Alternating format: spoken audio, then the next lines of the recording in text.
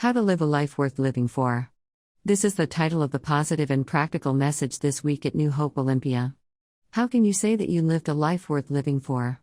When you come to the end of your life, lying on your deathbed when you're about to breathe your last breath, can you honestly tell yourself that you have positively impacted the people around you? Through your actions, can you say that you have made this earth a better place to live in? I hope your answer is yes. But if not, let me tell you about a woman in the Bible who should inspire you to start living a life worth remembering. She indeed had a life well spent. She made a positive impact on herself and other people. Her name is Tabitha, also known as Dorcas. Dorcas was her Greek name, which means gazelle or deer. Her story is found in Acts chapter 9, verses 36 through 43.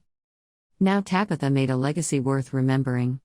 Her legacy was so incredible that her record of good works is written in the Bible for everyone to read. Notice in Acts 9 and verse 36 it says she is full of good works. Luke, the writer of Acts, was saying that Tabitha was not just doing some good works, but she was full of it. Not only that, but aside from good works, she had also done a lot of charitable deeds. Now here's the key to living a life well spent. We don't simply live for ourselves, but we also live for others, and that's precisely what Tabitha did here.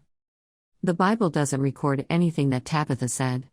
Perhaps she also said many wonderful things, but she was remembered more for her charitable deeds. Tabitha was remembered not by what she said but by what she did. Tabitha devoted her life to doing good works. Acts chapter 9 and verse 39 tells us that when she died, the widows stood by Peter weeping and showing the tunics and garments which Dorcas had made while she was with them. How about you? When you die, how will people remember you? Will you leave a positive legacy? Will people remember you as a loving, caring, and kind person, or will they whisper at your grave, "Good riddance"? I hope when you come to the end of your trail in life, what remains would be stories of how you made a difference in people's lives. So, what are you doing today to make your life well spent? To make your life worth living for? Start serving others, dedicate yourself to doing the work of God. Most importantly, start seeking the will of God so that when you come to the end of your life, you can look back and say, I lived a life well spent.